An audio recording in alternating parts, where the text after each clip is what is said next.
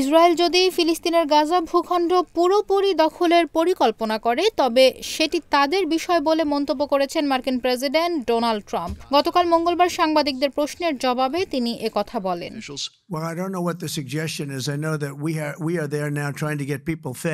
সংবাদ মাধ্যম আল জাজিরার প্রতিবেদনে জানা যায়, গতকাল সাংবাদিকেরা জানতে চান ইসরায়েলের প্রধানমন্ত্রী বেনিয়ামিন নেতানিয়াহুর গাজা পুরোপুরি দখলের পরিকল্পনার বিষয়ে মার্কিন প্রেসিডেন্টের কী মত।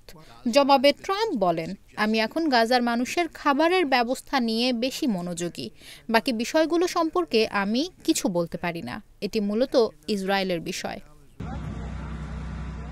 গাজার বেশিরভাগ অংশকে সামরিক এলাকা ঘোষণা করে ফিলিস্তিনিদের জোরপূর্বক সরিয়ে এনে সীমিত কিছু জায়গায় রেখেছে ইসরায়েল।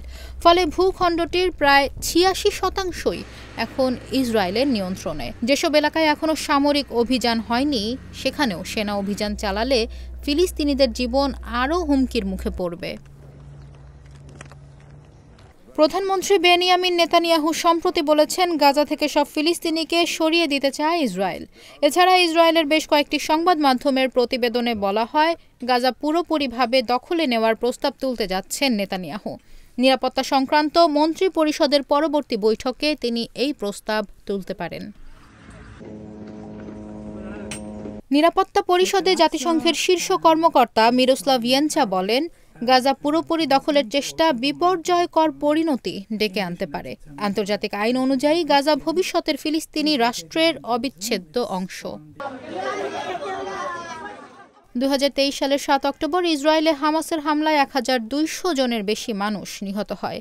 এরপর থেকে গাজায় ইসরায়েলি বাহিনীর অভিযান শুরু হয়। গত প্রায় ২ বছরে গাজায় নিহতের সংখ্যা ৬০,৮০০ জনের বেশি, আর আহত হয়েছেন প্রায় ১.৫ লাখ মানুষ। এছাড়া ২০ লাখের বেশি বাসিন্দার অধিকাংশই বাস্তুচ্যুত হয়েছেন।